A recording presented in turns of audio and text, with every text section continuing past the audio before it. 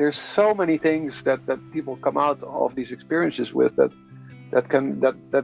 allow them to make a shift in their lives. An immense treasure of life experience that is waiting for you. My first psychedelics, I was so open, I really was crying for days. And I think what psychedelics are able to do is give you a spiritual experience with therapeutic side effects. I think surrender and breath are the superpowers you need for a positive experience. Everyone is suffering and has learned to self-soothe. And now at 65, he finally met his inner child. The counterculture was all about love and Woodstock and music, and that is very threatening because psychedelics dissolve the cultural boundaries. So one of the clinical aspects of the psychedelic experience is that you lose fear of death. Yeah, the hippies were right, it's all about love.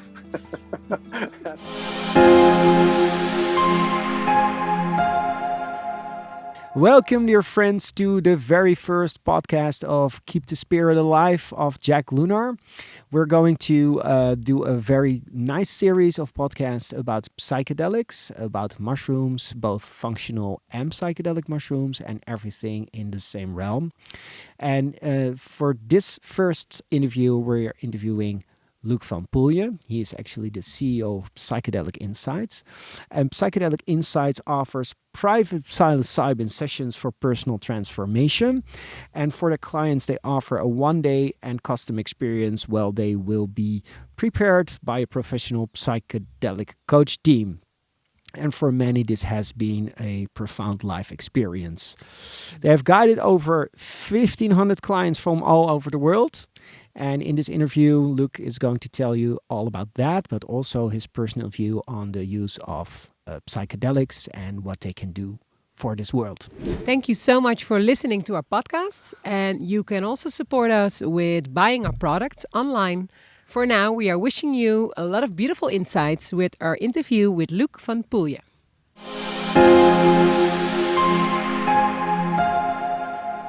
All right, Luc van Poelje, thank you so much for joining us in our very first podcast and through Zoom from Ibiza to, where are you at? Amsterdam. Yeah. Yes. You have a very, very impressive resume.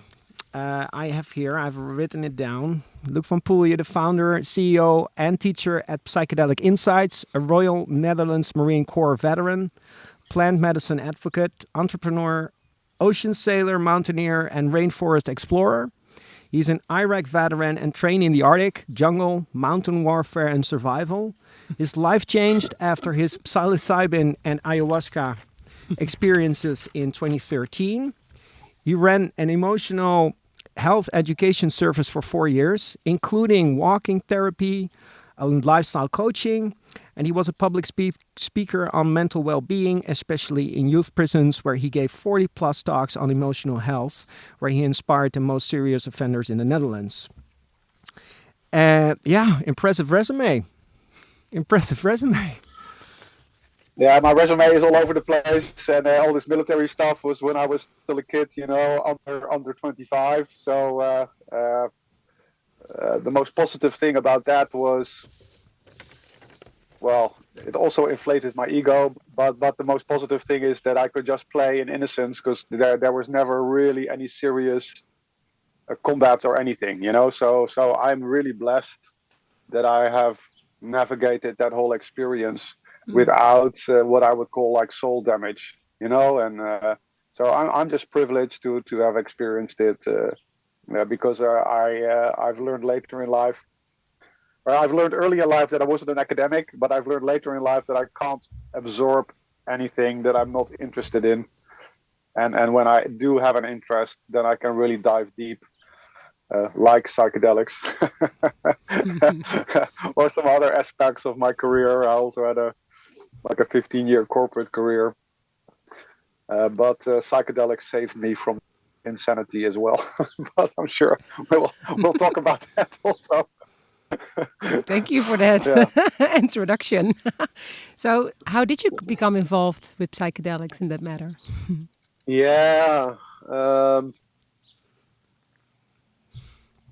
Well, the short answer is a friend of mine,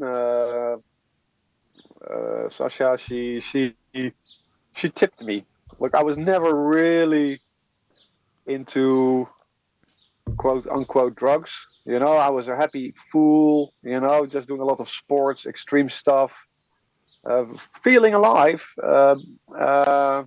and enjoying it in innocence and ignorance, hand in hand. But yeah, at one point when I was really what later was the pretty much the end of my corporate career, uh, and also in a relationship that I just I was getting stuck, and I didn't understand, and I didn't really know, Hmm. and I couldn't have this makeable universe. I couldn't really do things on willpower, and which I was really really good at. and and then yeah, she tipped me off, and she told me about this. First, I knew mushrooms, and I had done it, but it was something just to get fucked up, just like with alcohol when you go out. And I certainly experienced, like the magic in a disrespectful way, in a not spiritual way.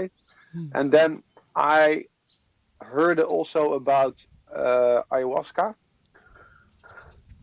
and that it was a brew from the Amazon basin by Indians, and that people have real spiritual experiences, and then they can have profound healing. But I didn't even know what healing was, like I didn't even really understand what trauma was. Hmm. So I studied it. I studied it for about 6 months, quite intensively, online with everything I could get my hands on. This was back in 2012 when the world was ending. My world was ending, and and and then yeah, I just saw all these people having testimonies, that touched my heart. They seemed like so open and fragile and honest and compassionate, and it was just a whole new experience for me to see people that way. So then I saw. I thought, okay, let's just do this, and I realized where can I do this, and I didn't have the time, or I didn't have the resources to really travel all over the world and go to its origins, and do it in a setting Hmm. that was more indigenous, with respect to where it came from. I did it in a well, also it deserves a lot of respect. But I did it in the Sant Diamond Church, and they exist here in the Netherlands, Yeah. and their sacrament is really ayahuasca. Yeah. And so that is how I got in touch with psychedelics. I went and did it without anyone in my network knowing what it was, or really knowing what psychedelics were, including me. Yeah. So Thank you. So also about the Santa Dina Church. Can you tell us a bit more about that? Because I don't think everyone would know that. It was in Holland, you said? yes, it's in Holland. It's also in other countries. It's Hmm. also been in the US. They tried to make their sacrament illegal. I think the DA, I don't know what happened in the US. But in many countries, the Santo Daime Church exists. It's a church where founded by a former border guard from Brazil Hmm. who met Indians and drank ayahuasca. And the story goes, and pardon me if I misinterpret it, but he saw a woman on the moon, and he was like, "But who are you?" And the woman was like, "But who do you think I am?" And he said, "Well, being from Brazil and a devout Catholic," he said, "Well, you must be Maria." So I think that is how this religion started. And there's a masculine energy figure, which is Jesus, and there's a feminine energy figure that is Maria, as I understand it. Hmm. And in this church, women and men gather for this holy sacrament, and there's different ceremonies and rituals. Ayahuasca is one of the sacraments that are served. Uh, Women are on one side, men are on the other side. No one makes eye contact, and you dress in white, Hmm. uh, covering everything, and it's done in the utmost respect. And then, yeah, once I entered that, they I sat on a little wooden chair, in this beautiful, what was it, 16th, 17th century church in Amsterdam North, Yeah. and I drank I drank the ayahuasca for the first time there, and I must say this that even to date that was one of the most transformative experiences I've had in my entire life. Wow. And what has the plant medicine in general done for you so far? Because you have done ayahuasca, you say, but probably others too. Yeah, I've done a lot of holy compounds. I've dived into a lot of psilocybin straight after because then I recognized the healing potential of this fungus, which has a history of eons, in the human culture. Uh, but yeah, not just plant medicines, like also, from MDMA to my most recent 2CB experience. But yeah, but even ketamine. Uh, but psilocybin has been the most I've experienced the most. I've also done Buver alvarius, the 5-MeO DMT. I've also done once changa, which is also a DMT that you smoke together with a MAO inhibitor. Uh, Look, these I have to reference Plato. You discover the exit of the cave that you are living in, and discovering that cave where you cast your own shadow, and you live in that shadow, uh, and discovering the exit of the cave you live in is that scary? Yeah. Will it change your world completely? Mm. Do you dare to venture outside? Yeah, more eventually. Is that important to how you experience this existence? Yeah, completely. So it has made me, I think, look, I already had a big heart, but it really allowed me to soften up because I think I was also a warrior, and I did a lot of crazy shit in my life where I needed that warrior to keep safe, you know. So this process of deconditioning the warrior, to just make myself kinder and softer and more empathic, is a process that I've embraced since, Mm. Um, um, it has shown me, yeah, reflections of a minute fractal of the idea of the divine, but enough to really condescend, the human capacity to comprehend the mystery, Mm. and so you can translate it in words as mystical experience or religious experiences or a divine experience or experiencing God, if you will, but whatever you want to name it, psychedelics can be a tool and a lens for brief experiences in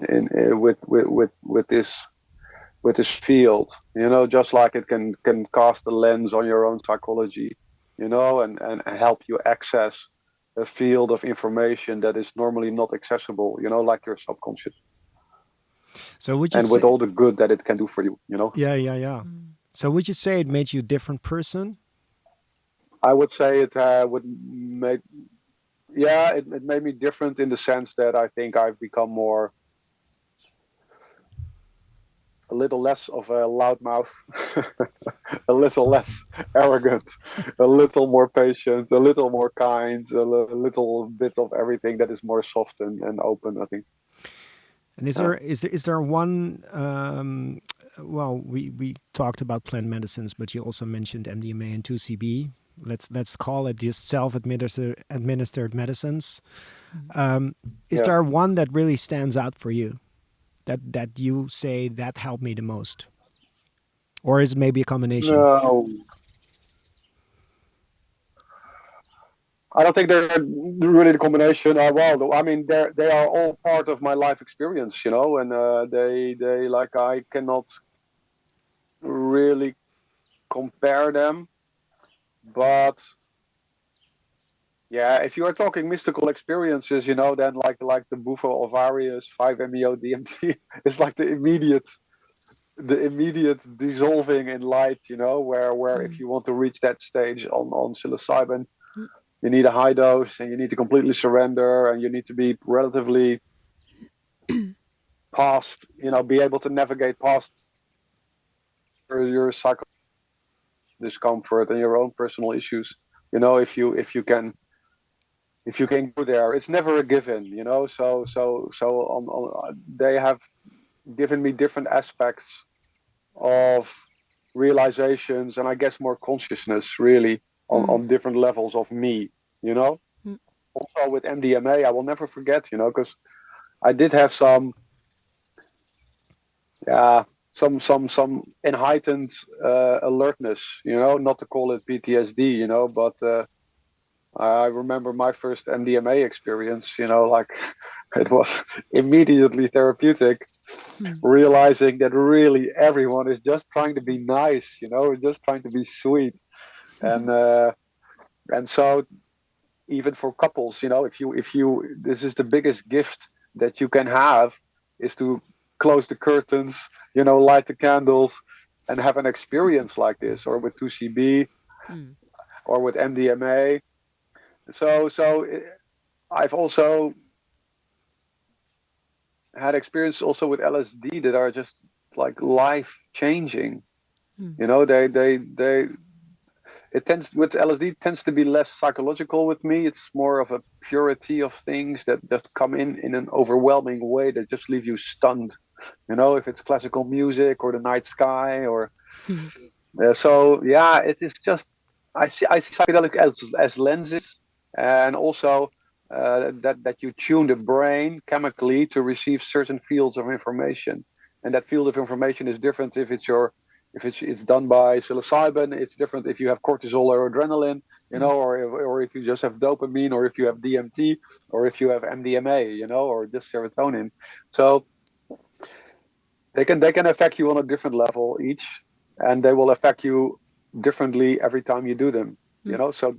So I think the classical ones like psilocybin, LSD, and even ayahuasca, you can group them if you want, but they are different. But you can group them in terms of Yeah. of experience. Yeah, you Because if can. you Yeah. smoke Yeah, because if you smoke DMT, yeah, you're just unzipping reality. You're sticking your head through, and aliens are calming you down. So that's like a complete different experience. You know, uh, yeah. Well, thank you for that So insight. yeah, And I'm actually wondering, can you tell us a bit more about Psychedelic Insights? Because that is the company you're representing. Can you tell us a bit more about that? yes. For a couple of years, I have been working in as a coach, and I wound up in youth prisons, and uh, yeah, like international schools start calling me to give just speeches about mental health, and I Mm. really didn't market myself that way, um, but it was really because I became a little insightful into people's psychology, and that happened after my first ayahuasca experience.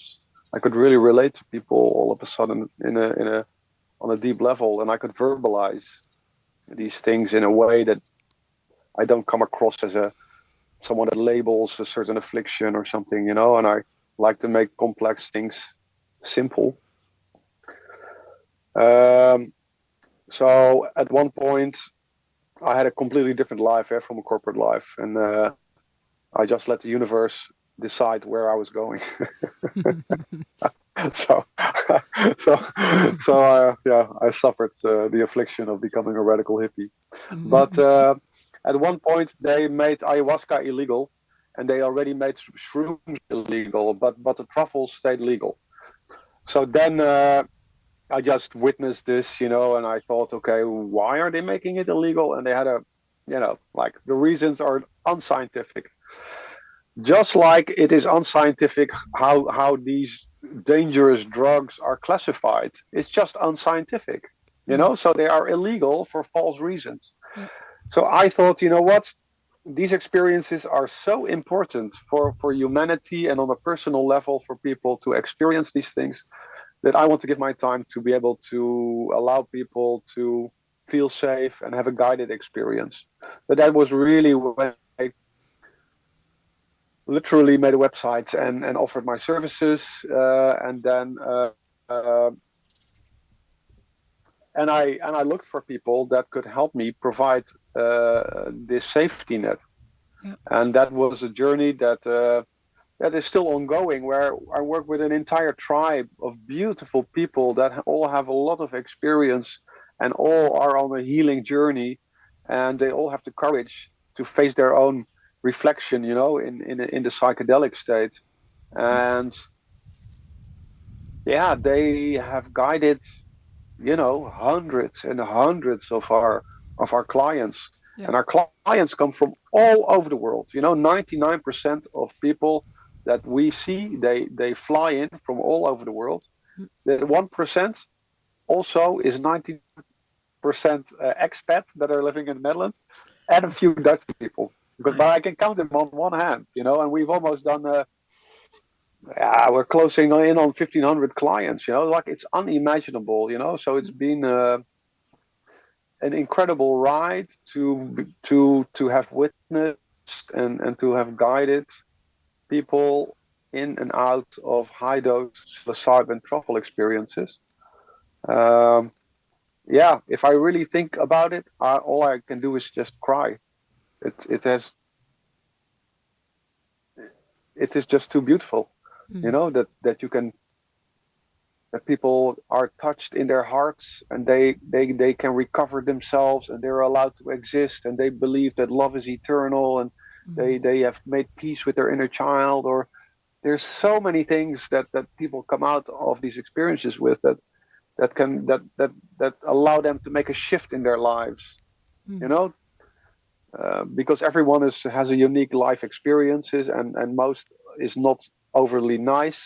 It Mm. doesn't really equip you with all the tools to be fearless and happy in life, you know.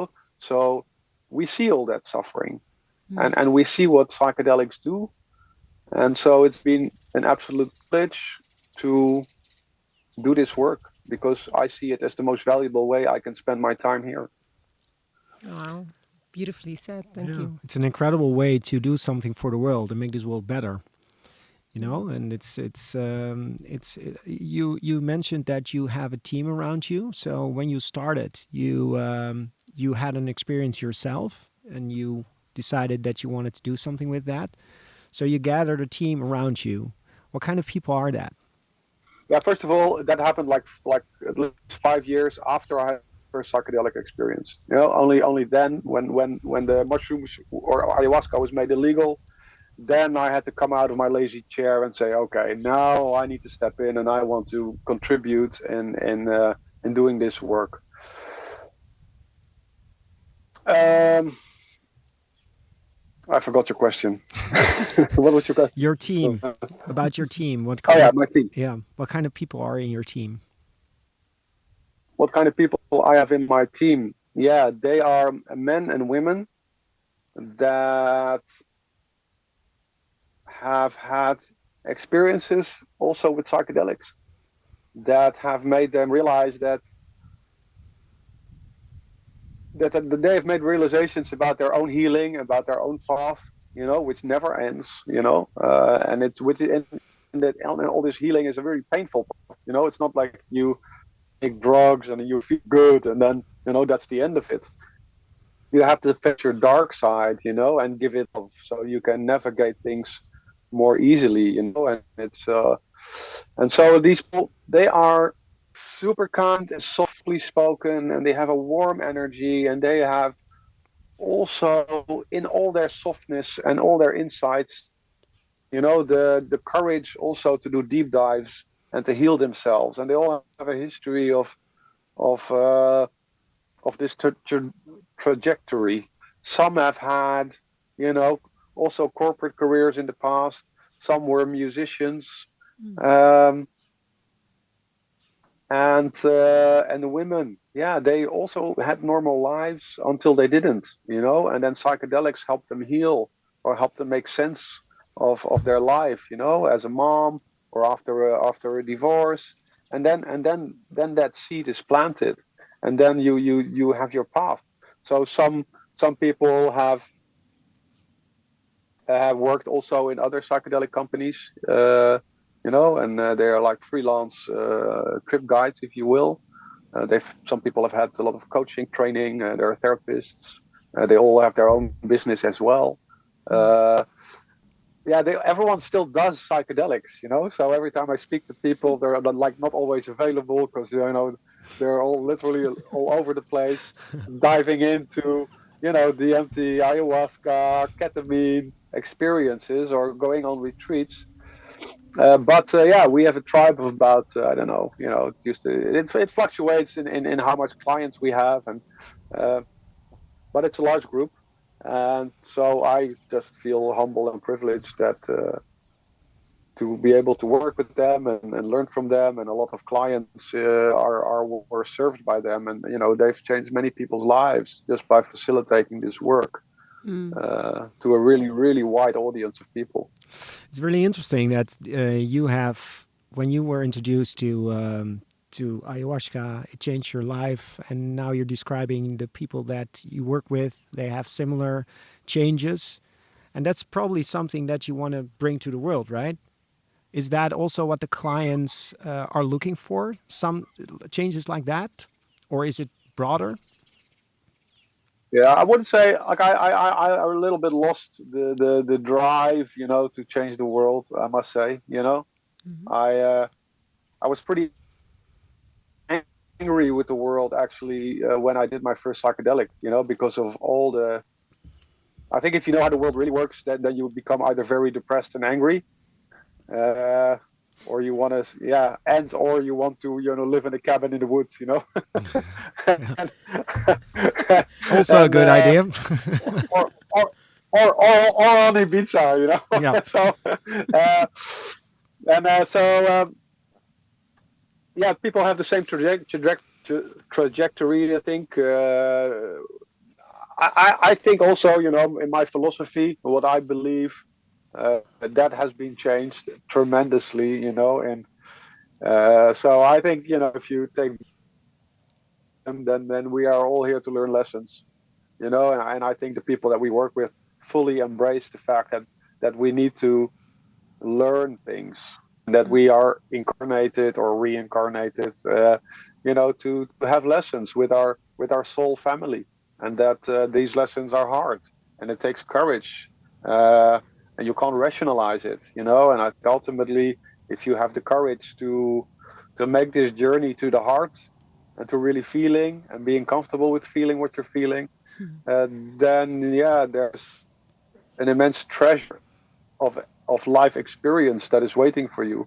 And if you are still in your mind and rationalizing everything and becoming skeptical, yeah, I think that is more response to to this reality. If you just do the normal things like watch TV and believe the newspapers and all this stuff, I think the big difference is to understand really what your own reality is and what your own world is. And after my first psychedelics, I was so open. I really was crying for days, and I had to redefine the world as the hula hoop around me and my family, and that is what I need to take care of. With me central to that, and because I'm not here to change the world. I'm here to serve the people that have the courage to find us and to walk through that door. And I'm not here to enlighten the world or anything. It's people are suffering, and I think what psychedelics are able to do is give you a spiritual experience with therapeutic side effects. Yeah. So your clients, when you they come for a reason. When would you? I mean, what is the rate of people that you decline, or do you discourage people not to do it, or do you actually are you actually open to everybody? No, no, no. Um, I am courageous enough to accept some people that others may not do, but I'm also stupid enough to sometimes accept people that I shouldn't have had. Mhm. I can count them on one hand, and that has also had a negative effect, and not necessarily on them psychologically, but them looking back at the experience and me providing the service also in a negative way, and it has made me, and maybe it is time, but it has made me more frightened, because I know sometimes better, and then some people I've done over like 10 calls with them, just so I would feel safe enough, and then I had the impression that they really absorbed the information that I was trying to convey. Mhm. While normally I do a half an hour, 45 minutes. I feel completely confident with someone, Mm. but then people are sometimes begging me, and then I try to set the threshold, and then it still bites me in the ass, by taking a chance sometimes against my better judgment. Mm. And so psychedelics are not for everyone, you know.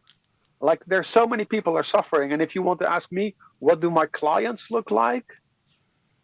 Look behind you and in front of you in the supermarket queue. Those are the people that are my clients. They're also generally like, I have people from 18 to almost 90. I have people with their entire lives ahead of them, and I have people that think they still have 6 months to live. I have people generally higher educated, most of the time, like 55 plus. Uh, yeah, so just yesterday I had a guy from 65, and before that I had a couple pensioners that were both medical doctors, Mhm. and yeah, so a lot of people have had a very mature age, and they are quite well educated. Also, one was a psychologist, and then you guide these experiences, and of course we speak very different languages, and this is always, yeah, funny to me, uh, because you have to create a bridge. You have to create trust, because they are going to be very vulnerable in those positions, and then if they look at me, they need to feel my authenticity. Mm. Yeah, so there's no faking in this world. You need to be grounded, or and straight with your intentions, because people can see straight through you, and it's Mm. all about safety. It's also about my safety, but especially the client's safety. Yeah. So this all needs to meet, and you are limited in your ability, because it is done through like Zoom calls like this, Yeah.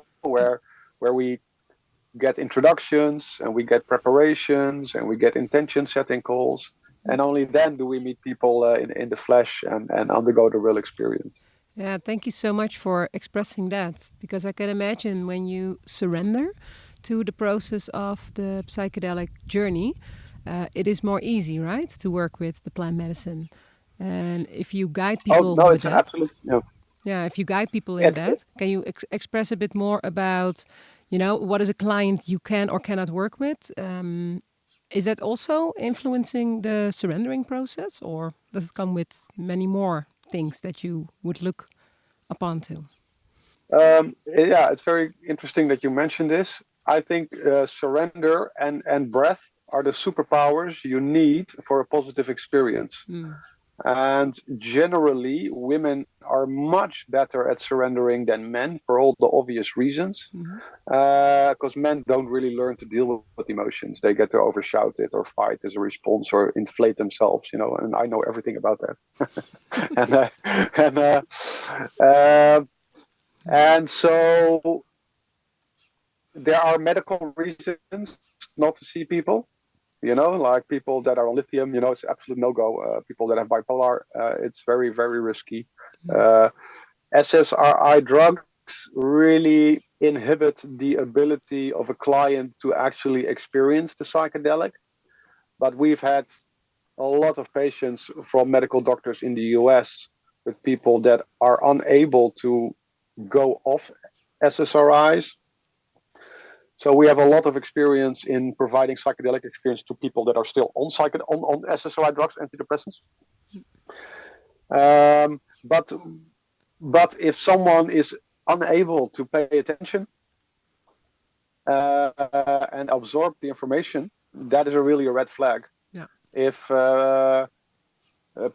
you feel that they are disassociating, and then that is completely a red flag. If you have someone that thinks they know everything and they has a really big ego, that is also a very dangerous situation. So there's many red flags that really inhibit the surrender. So the other day it was quite a funny situation with a British guy, a young guy in his 30s, young kid, married. Yeah, of course he's used to, weed and alcohol, but no one is culturally or traditionally used to the onset of the psychedelic. It's not in our culture. It's not in our traditions. There's no ceremonies like this, So as soon as, and I remember him saying he was so confident, and then the psychedelic hit, and then, and then he was like, "Nah, this is mad," He was pacing up and down, He was like, I'm not doing this. Luke, this is crazy, and and then yeah. Then you have to navigate it, and really, if you keep resisting it, you're gonna have the worst day of your year. If you lie down and you face all these emotions of of this heart, this opening,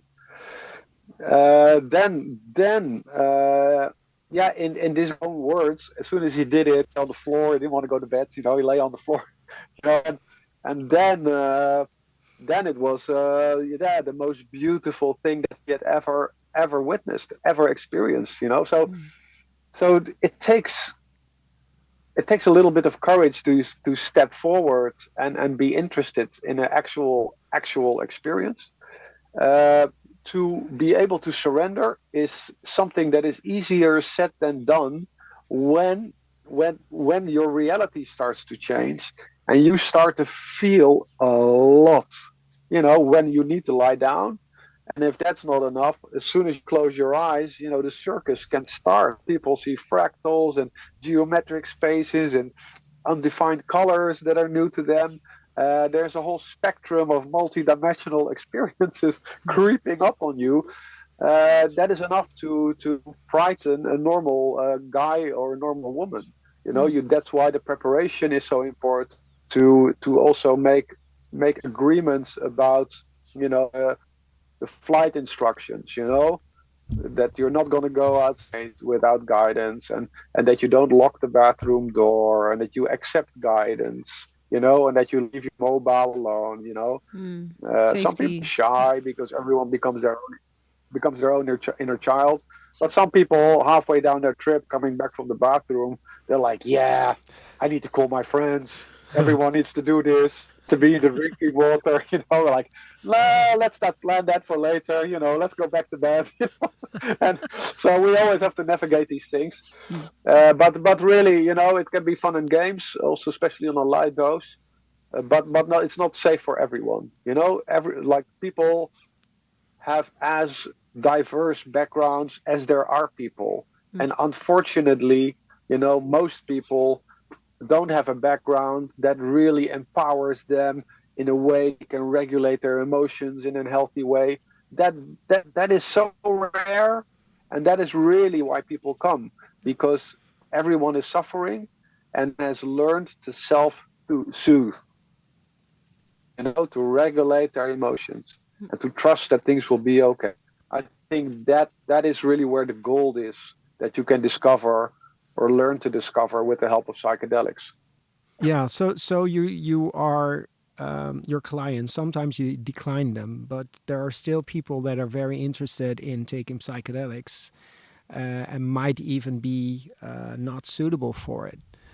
So you already mentioned a couple of things like lithium and if you're bipolar and stuff like that. But what are there for in general, if people want to do this, what are the most most important things to look for whether you want to decide to do it or not? Oh, yeah, you need to find someone that you feel safe with, and you need to learn to trust your own intuition or your own mind, whatever works best. Preferably both. But I'm a bit of a clown. I'm very outspoken. Uh, I have my own ideas. I share them freely. I'm not very scientific, but I respect the science. I have my own idea of how psychedelics work after having done a lot of psychedelics. We've also done our own research. So it's I'm a specific flavor, and not everyone needs to like that flavor, and that is just fine. There are a lot of over time, there are more and more people that are providing these services, and this is what going mainstream is all about. So it is also a numbers game. Yeah. So the more people that do this, the more incidents will happen. The more people that do this, the more things will go wrong. And yeah, so the screening is important. We are not here to save anyone. We're not here to change the world, but we are here to provide a psychedelic experience in a safe way to people that we deem safe. And still, we work with really high dose psychedelics, and so it's not for the faint-hearted, but it works that way. We can give people a very nice time if we do a low dose. It's a lot of fun too. It's a lot of giggles, and you can release stress, and you can cry a little, and do a lot of hugging, and it's going to be beautiful. But we have people that go in on a soul level, and they are changed. Yesterday we had a guy that grew up. He never talked until he was 4, and he had a mom that was so grief-stricken that she couldn't give him any love. And now at 65, he finally met his inner child, and that inner child was a cheeky, funny guy waiting to get out, and have adventures, and it was so heartbreakingly beautiful. This guy's going home. He cried and laughed and cried and laughed and cried and laughed. So much is coming out. And before that also, these experiences are deep. It's hard to imagine for people that are used to normal therapy. You don't have those types of states of being, and not to dismiss any of it, because you become very well open to actual therapy, mostly after you've done a psychedelic, because then the shield is gone and you understand yourself better. So it's really, really beneficial to follow up with a really good psychedelic friendly therapist. Absolutely 100%. But it affects you in a way that only the lens of psychedelics can show you, because you go in and you can feel things at your subconscious in a way that you normally cannot access them. And by feeling things at a subconscious level, you can have different perspectives, and those different perspectives change you in a way so they don't release the cortisol and adrenaline. So that makes all the difference in the experience of the trauma response, if that makes sense. So it's an experience. Yeah, I always say, it's called magic for a reason. Like science tries to understand it from a kinetic point of view, and then the molecule goes to your synapse, and that doesn't explain anything. But if you experience it from the inside out, it explains, quote unquote, everything, because sometimes everything just makes sense in this sea of sound and visions and emotions and memories and hopes and values and truth. It sometimes just makes sense, and it affects people in a way that make them more open and more kind, to themselves especially. Yeah, and now you can really describe this from the heart center, how I could hear it from you. Could you also see it from plant medicine can be a kind of a influencer in a state of raising consciousness? Yeah, No. Look, since I think if we take 2010 to now, I think millions, tens, or maybe even, it must be in the millions. How many people have experienced psychedelics? Yeah. You know, and even in the US, the people that have just done LSD, it's just quite higher than in Europe. So, and if a lot of people do this, of course, you can no longer sit by while everyone's taxes are used to fund wars, or to fund you know research for harmful viruses. It's hard to sit by, if you understand that really love is the answer. Mm. And the last time they made it illegal, yeah, they had to send 60,000 conscripts to Vietnam to die because they wanted to have a McDonald's in Saigon. And yeah, and then the counterculture was all about love and Woodstock and music. And that is very threatening because psychedelics dissolve the cultural boundaries, and Mm. they like the herd to be controlled. And so, yes, we have to swear on the Bible and all this stuff, and we want law and order. Mm. But what are we swearing on? We're actually swearing on a guy that was a hippie, exactly, 2024 years ago, you know, and and so what is wrong with having love in your heart and helping to heal people and having a spiritual development? Because let's face it, the Mm. institutions that are supposed to give us spiritual life, they've got so much blood on their hands and they're living complete lies. It's a little bit hard to trust, just like the medical companies that make money off our illness. Mm. It's a little bit hard to trust. Yeah. And so psychedelics allow you to make the plate clean, and to make new choices, and to really trust and do things from the heart. If it Mm. doesn't sound too hippie, this is really what I It believe. does, but we love that. Can you also, yeah, would you recommend then the use of psychedelics in this world for people in maybe counseling would be good to do, maybe more? Yeah, yeah, yeah. Absolutely. Yeah. Of course, there are so many victims of sexual abuse. Even I see a lot of men, even that are suffering of sexual abuse. Uh, but especially, of course, women. There's so much trauma, and with all the wars going on, there's so much trauma, for people that you send into war. It's not a normal thing to do. Mm.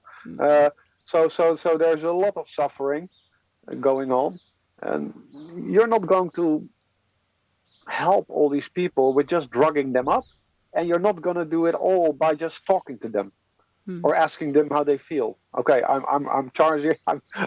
I'm making a little bit ridiculous, Mm. but the leaps in consciousness and self love that you can see in people that have the courage and that are safe to do psychedelics.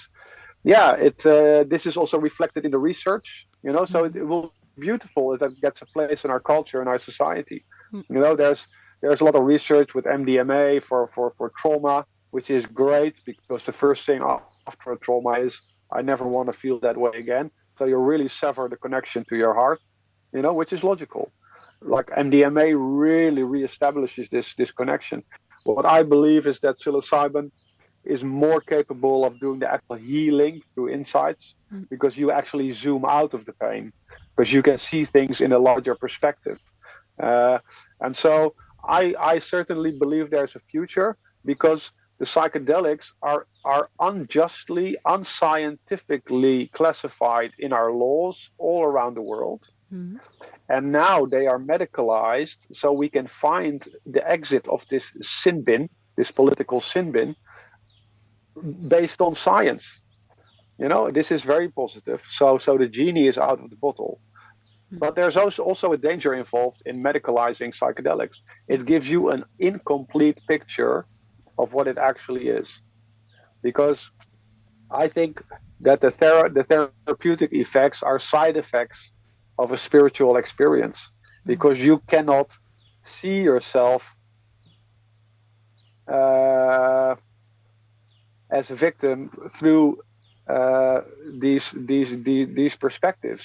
You know, uh, yeah, it becomes very philosophical. I sometimes say that psychedelics change your philosophy, and your psychology is inside that box. You know, it just rolls with it. You know, all of a sudden, like like physics, it explains more about psychedelics, I believe, or makes it easier to understand it than psychology. Like we live in a sea of energy. There are multiple dimensions, and so we can have that experience. It's just different than what we imagine it to be. And a lot of the knowledge is already in sacred ancient scriptures, like the third eye reference.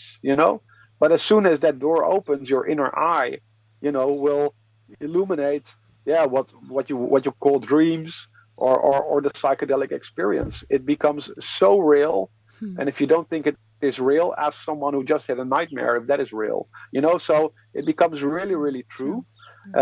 And that is a mind blow in itself, that you can experience other dimensions, that you can experience also with ayahuasca or with DMT type things, that there are almighty other entities out there that are highly intelligent, that your brain cannot even comprehend, and and and everything seems to be generally non-threatening and there to help you.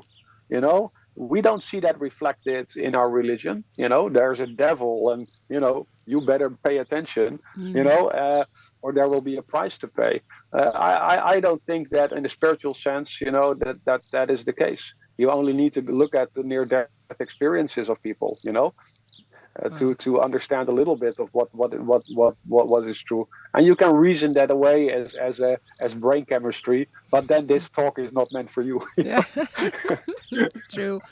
Maybe a spiritual church along the way as well. Well, thank you for that. Yeah.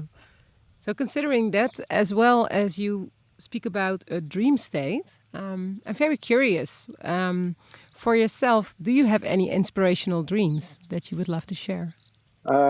Like dreams from my sleep, or dreams for the future. It's all up to you. Well, I don't have a lot of dreams in my sleep that that I can work with. I'm not just wired that way, I think. Um, Sometimes, when one of my own psychedelic insights is that the world as it is already perfect. We just fail to see its depth and understand it. That this is already perfect as it is.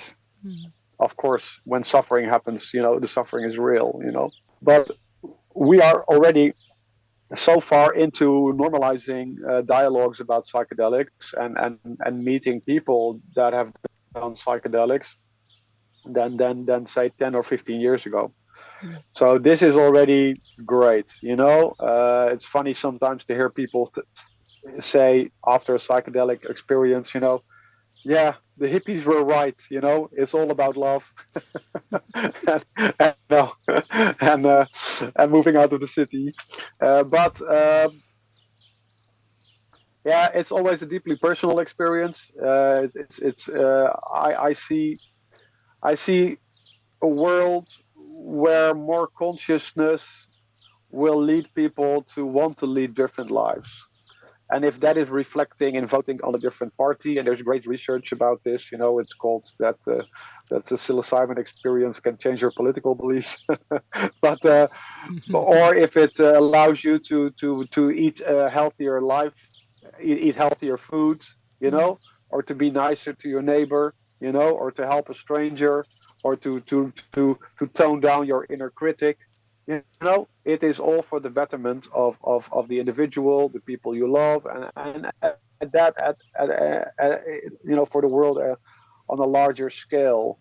So I let go of how things need to be.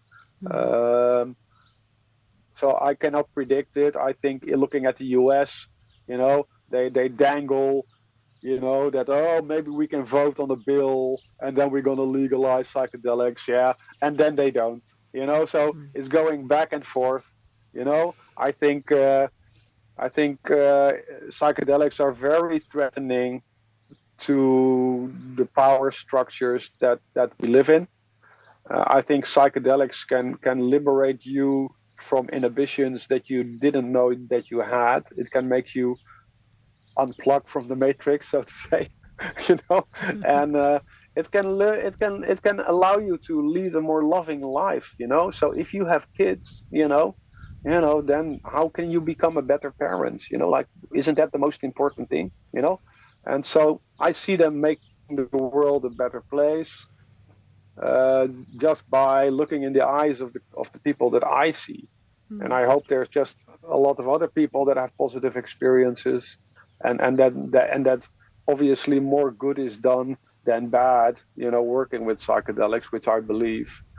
But it's never without danger, and it's never without incidents or controversy. But I think all the larger parts, a lot of good is done. It's we're almost done, so we would like to ask you just one last question, and it's more about you and what you want to do. Um, so, what would you like to contribute to the upcoming 5 years, or where do you see yourself from now within those 5 years? Yeah, even though I did psychedelics, I also had my own process, and it was also hard on me, and I had Mm. access to psychedelics. Uh, didn't necessarily make life easier. It's not about taking a pill and then you feel better and then your trauma is healed. Um, so even from a business point of view and a personal point of view and a social point of view, everything was harder. And now I feel better. I sort of reinvented my business from the backside. A lot of positive things are coming my way. There's there's a lot of afflictions that are out there that have like patient groups or expert centers to treat these things, to Yeah. treat these illnesses. But most of the side effects of diagnoses, is the realization that there is such a thing as mortality, and that we can row our boat as hard upstream as we want. We're gonna wind up in the ocean. Mm. You know, so row, row, row your boat gently down the stream. It allows you to. So there's a lot of, especially chronic illnesses, where people fall victim to anxiety and depression. Yeah, and so one of the clinical aspects of the psychedelic experience is that you lose fear of death, Mm. that you become more relaxed with the idea of your own mortality, and that you get comfortable with what I call your deathbed regrets. That you ask for forgiveness and you tell people how much you love them and all these types of things. And I think that also looking at the end of life distress research, there's so many people that are dying in this world that deserve a psychedelic experience. And sometimes they fly all over the world to have that with me. You know, Mm. uh, but if you can allow that to people to have that elsewhere, that is great. So I'm involved in research. Can't talk too much about it, but it's a European university doing research also with veterans. I'm busy with corporate leadership development with the help of psychedelics. There's a lot of corporate consultants there that are doing that. Mm. And so, yeah, there's a lot of collaborations going on, a lot of projects that we're running. But mostly, yeah, just to make it clear, we don't do groups. We see people, uh, and they, on a single or a double guided scenario where we can give someone all the attention that we have. So we don't fill spots because we rented the retreat location. It's a completely different mindset Yeah. uh, and business model. So I'm happy doing the things that I feel comfortable with, so I can really put my passion in it. Mm. Uh, and yeah, I'm hopeful. regardless of the outcome, I'm hopeful for me, but also for the rest of humanity to be able to access these things safely and without having to travel the world to do these things. Wow, that's beautiful. Thank you. Yeah, thank you so much for all the work you're doing. Yeah. Like I said in the introduction, you have an impressive resume, and especially when you now talk about all the good things you do for people, not necessarily with the intention of saving the world, but I'm pretty sure this is a way to save the world. When you start with an individual and start let them see themselves who they truly are, then that is, in my perspective, part of a revolution, really. So the more people that do something like this, the better this world becomes. So thank you for your work with your team, and thank you for this amazing, nice first interview Yes. of our podcast. And yeah, let's meet up Well, soon. thank you. It's a privilege to be the first, and I hope you have a lot of beautiful interviews in the future. Thank you. And I wish also you guys that are also walking the walk and doing the work, all the luck and blessings that may come your way. Yeah. Thank you. So thank you. Thank you so much. Thank you. Let's unite. Yay. Thank you.